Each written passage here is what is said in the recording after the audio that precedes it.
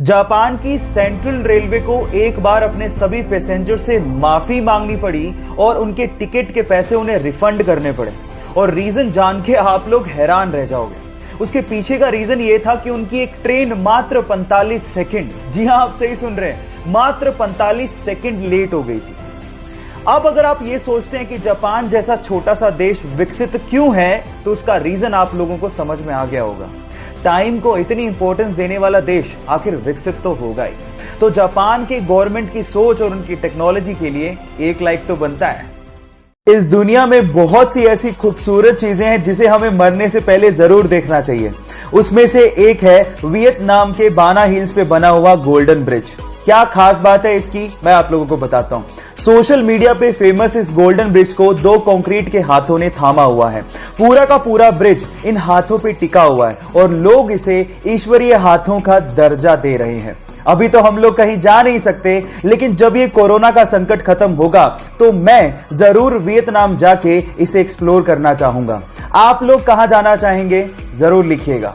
मध्य प्रदेश के मंदसौर के रहने वाले नाहरू खान जी, जो कि सिर्फ दूसरी क्लास तक पढ़े हुए हैं, उन्होंने बिना किसी ट्रेनिंग के 3 दिन के अंदर फुल बॉडी सैनिटाइज करने वाली ऑटोमेटिक सैनिटाइजर मशीन बना डाली। इनफैक्ट ना सिर्फ उन्होंने मशीन बनाई, ये मशीन उन्होंने इंदिरा गांधी अस्पताल को दे भी दी, जो कि सिर्फ 3 सेकंड में पूरी बॉडी को सैनिटाइज कर डालती है। कोरोना के खिलाफ लड़ाई में नाहरू खान जी के इस कंट्रीब्यूशन को मैं दिल से सलाम करता हूं। अपने फैंस की दीवानगी के चलते हर बड़ी सेलिब्रिटी को सिक्योरिटी रखनी पड़ती है, पर अगर बात सलमान भाई की सिक्योरिटी की आए तो शायद हमें सिर्फ एक ही नाम याद आता है, वो है शेरा। गाइस, बॉलीवुड में शेरा सबसे फेमस बॉडीगार्ड्स में से एक है। सूत्रों के अनुसार वो पूरे साल भर के 2 करोड़ रुपए चार्ज करते हैं। लेकिन यहां पर बात प्रोफेशनलिज्म से थोड़ी अलग है। जहां शेरा एक और कहते हैं कि सलमान भाई उनके लिए सब कुछ है और वो जिंदगी भर उनके साथ रहेंगे, वहीं सलमान भाई भी शेरा को और अपने परिवार का सदस्य मानते हैं। और सलमान भाई ने बॉडीगार्ड नामक अपनी एक मूवी अपने बॉडीगार्ड को समर्पित भी की थी। गाइस, तो सलमान भाई और शेरा के इस रिलेशनशिप के लिए एक हार्ट तो बनता है। इस दुनिया में बहुत सी ऐसी खूबसूरत चीजें हैं जिसे हमें मरने से पहले जरूर देखना चाहिए। उसमें से एक है वियतनाम के बाना हिल्स पे बना हुआ गोल्डन ब्रिज। क्या खास बात है इसकी, मैं आप लोगों को बताता हूं। सोशल मीडिया पे फेमस इस गोल्डन ब्रिज को 2 कंक्रीट के हाथों ने थामा हुआ है। पूरा का पूरा ब्रिज इन हाथों पे टिका हुआ है और लोग इसे ईश्वरीय हाथों का दर्जा दे रहे हैं। अभी तो हम लोग कहीं जा नहीं सकते, लेकिन जब ये कोरोना का संकट खत्म होगा तो मैं जरूर वियतनाम जाके इसे एक्सप्लोर करना चाहूंगा। आप लोग कहां जाना चाहेंगे, जरूर लिखिएगा। 2016 में ऑस्ट्रेलिया से मार्क नाम का एक लड़का अपने पिता को लेकर जैसे ही हिंद महासागर में मछली पकड़ने के लिए पहुंचा तो कुछ दूरी पर उन्हें पिंक कलर की बॉल नुमा एक बहुत बड़ी सी चीज दिखाई दी। शुरू में तो उन्हें लगा कि शायद कोई नाव पलट गई है, लेकिन थोड़ा पास गए तो समझ में आया ये नाव तो नहीं है, लेकिन बहुत अजीब सी चीज थी। लेकिन जब बिल्कुल पास पहुंचे तो उन्हें समझ में आ गया था कि व्हेल की डेड बॉडी है। अगर आपको इन फ्यूचर कुछ ऐसा दिखे तो तुरंत उसे दूर भाग जाइए, नहीं तो आपकी जान भी जा सकती है। होता कुछ यूं है कि व्हेल के मरने के बाद उसके अंदर के बैक्टीरिया गैस प्रोड्यूस करने लगते हैं। अब चमड़ी मोटी होने की वजह से वो गैस बाहर नहीं निकल पाती और प्रेशर बढ़ने की वजह से वो फट पड़ती है। अब अगर ऐसा कुछ दिखे इन फ्यूचर तो सावधान जरूर रहिए। गाइस, इस वीडियो को देख के मेरा दिल पसीज गया है, सच बता रहा हूं। कोरोना से लड़ने के लिए और इन मरीजों की सेवा करने के लिए डॉक्टर्स लोग अपनी जान हथेली पे रख के पूरे दिन अपना फर्ज निभा रहे हैं। पूरे दिन मास्क पहनना पड़ता है और उसके बाद जब उसको निकालते हैं तो ऐसी हालत हो जाती है। इसको देख के मुझे ऐसा लगता है कि शायद हम लोग बहुत ज्यादा सेल्फिश हैं। हमें कोरोना ना हो इसके लिए घर पे बैठने को गुजारिश की गई, कहा गया, लेकिन हम लोग हैं कि टिकते ही नहीं। घर पे बैठिए ताकि इन डॉक्टर्स लोगों को भी अपने घर जाने का समय मिल सके। कोरोना के पेशेंट कम होंगे तब तो ये लोग घर जा पाएंगे। समझिए, घर बैठिए।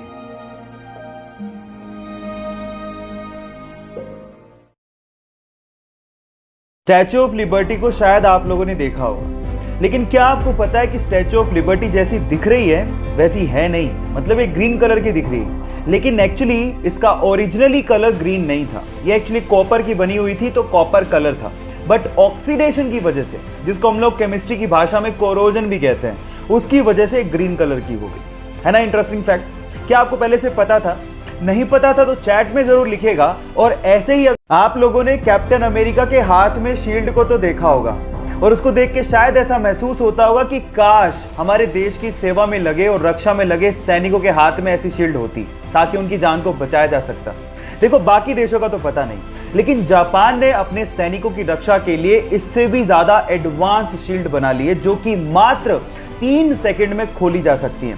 इनफैक्ट उसमें आर्टिफिशियल इंटेलिजेंस का इस्तेमाल भी किया गया है, जिससे अगर मान लो किसी ने बंदूक तान दी तो 3 सेकंड में वो अपने आप खुल जाती है ना गजब की बात। क्या आपको बात पहले से पता थी? नहीं पता थी तो चैट सेक्शन में लिखना मत। लॉकडाउन की वजह से आज तो सारे दिन संडे के जैसे लगते हैं, लेकिन जरा अपने ऑफिस के दिन याद करिए जब आप ऑफिस जाते थे। तब 6 दिन की कड़ी मेहनत के बाद अगर संडे नहीं आता तो क्या हालत होती है आपकी। पर सवाल यह है कि संडे की छुट्टी इंडिया में लाया कौन? किसने कहा कि संडे की छुट्टी होनी चाहिए? मैं आपको बताता हूं। संडे की छुट्टी के पीछे जिसने सबसे ज्यादा एफर्ट किए वो थे नारायण मेघाजी लोखंडे, जो 1881 में संडे की छुट्टी के लिए आंदोलन पर बैठे। बहुत सारे लोग जुड़े और आखिरकार 1889 में अंग्रेजों ने माना कि इंडिया में संडे की छुट्टी होनी चाहिए। क्या यह आपको पहले से पता था? नहीं पता था तो चैट में लिखना मत भूलिएगा। कोरोना के चक्कर में एक चीज सबने छोड़ दी और वो है हैंडशेक। पर क्या आपको पता है कि हैंडशेक सबसे पहले किसने और क्यों इस्तेमाल किया? मैं आपको बताता हूं। ये एक पीस जेस्चर है जिसको ग्रीक में सबसे पहले इस्तेमाल किया गया ताकि ये पता लगाया जा सके कि सामने वाले के हाथ में कोई वेपन तो नहीं है। साथ ही साथ हाथ मिलाते समय उसे शेक भी किया जाता है ताकि ये भी पता लगाया जा सके कि उसके स्लीव्स में तो कोई वेपन नहीं है। क्या आपको ये बात पता थी? और अगर नहीं पता थी तो चैट में लिखना मत भूलिएगा। गाइस, हम लोग फ्यूचर में पानी पिएंगे नहीं, खाएंगे। हो गए ना हैरान? बट ये बात सच है। एक्चुअली प्लास्टिक की बोतल्स का पानी हमारे शरीर को बहुत ज्यादा नुकसान करता है। इसी के लिए हमारे डॉक्टर्स ने वाटर के छोटे छोटे से कैप्सूल बनाए हैं। अब इन छोटे छोटे से कैप्सूल को अपने मुंह में रखो, ये मुंह में बस्ट होंगे और आपके पानी की पूर्ति हो जाएगी। इन्हें ओहो कैप के नाम से जाना जाता है। बस इसके ऊपर की लेयर उतारो, अपने मुंह में रखो और हो गया। इस वंडरफुल डिस्कवरी के लिए एक लाइक तो बनता है। आप लोगों ने ज्यादातर होटल्स में ह्यूमंस को काम करते देखा होगा, लेकिन चाइना में दुनिया का इकलौता ऐसा होटल है जहां पर ह्यूमन एम्प्लॉय है ही नहीं। तो वहां काम कैसे होता है? वहां काम होता है रोबोट्स के द्वारा, छोटे से लेके बड़े काम तक। रिसेप्शन से लेके रसोई में खाना बनाने तक और उसे परोसने से लेके सफाई तक का काम रोबोट करते हैं। और इन सारे रोबोट्स को एक सेंट्रल कंप्यूटर कंट्रोल करता है। वहां पर रूम को खोलने के लिए फेस लॉकिंग सिस्टम लगा हुआ है। गाइस, इस पूरे होटल को चाइना की अलीबाबा कंपनी ने बनाया और इसका नाम है फ्लाइजू। ऐसी टेक्नोलॉजी, ओह माय गॉड, मैंने तो पहले कभी नहीं देखी। जब वो महज 12 साल की थी तो उसके चेहरे पर फेशियल हेयर ग्रोथ होने लगा। अपने चेहरे पर आती दाढ़ी की वजह से लोग उसका बहुत ज्यादा मजाक उड़ाया करते थे, जिसकी वजह से उसका मोराल बहुत ज्यादा डाउन हो गया था। लेकिन आखिरकार उसने सिचुएशन से लड़ने की ठानी। उसने अपनी चेहरे पर आती हुई दाढ़ी को अपनी शख्सियत का हिस्सा मानते हुए इसे ही अपनी पहचान बनाने का फैसला किया और आखिरकार वो आज इंग्लैंड की फेमस ब्रिटिश मॉडल हैं और लोग उन्हें बीडेड वुमेन के नाम से जानते हैं। उनका नाम है हरनाम कौर। गाइस, लोग आपके बारे में क्या सोचते हैं ये आप लोग ही तय करते हैं, इसलिए आप जैसे भी हैं रिस्पेक्ट योरसेल्फ।